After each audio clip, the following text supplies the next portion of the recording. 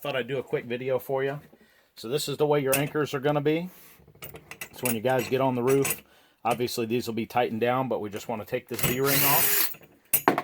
You want to mount these a maximum of 8 feet apart.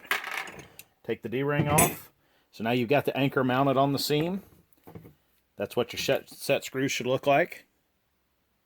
Okay, nice and even. Take these same top bolts.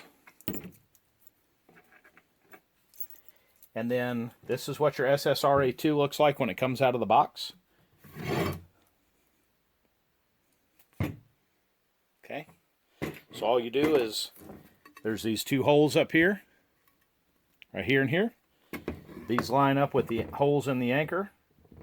So once the anchor is mounted on the seam, you use the same 2 top bolts.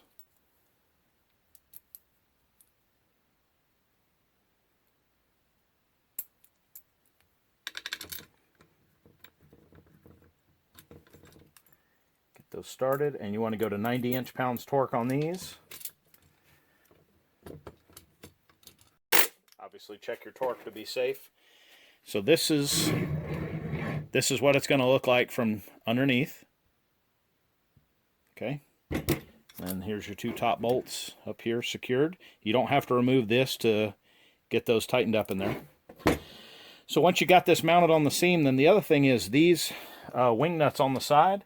These let you drop down for if you have a higher seam up to 2.5 inches high. These let the legs adjust down for different height seams up to 2.5 inch. Okay, and then once you get all that done, obviously your walk board goes on. So you just pop this up. Set the correct angle. Get your 2x10 put in here.